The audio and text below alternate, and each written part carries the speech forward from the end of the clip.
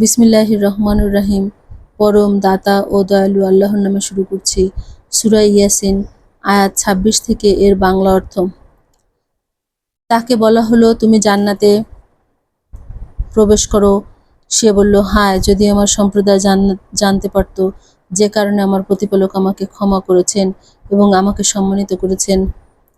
তার সম্প্রদায়ের উপর তার মৃত্যুর পরে আকাশ থেকে কোনো সৈন্যবাহিনী তাদের ধ্বংস করার জন্য প্রেরণ করিনি এবং আমি ফেরেশতা প্রেরণকারীও ছিলাম না। তাদের শাস্তি সেটা একটা ভীষণ আওয়াজ ছাড়া আর কিছুই ছিল না। ফলে তারা নির্বাপিত হয়ে শেষ হয়ে গেল। দুঃখ সে বান্দাদের উপর, তাদের কাছে এমন কোনো রাসূল আগমন করেনি যাদের সাথে তারা উপহাস করেনি।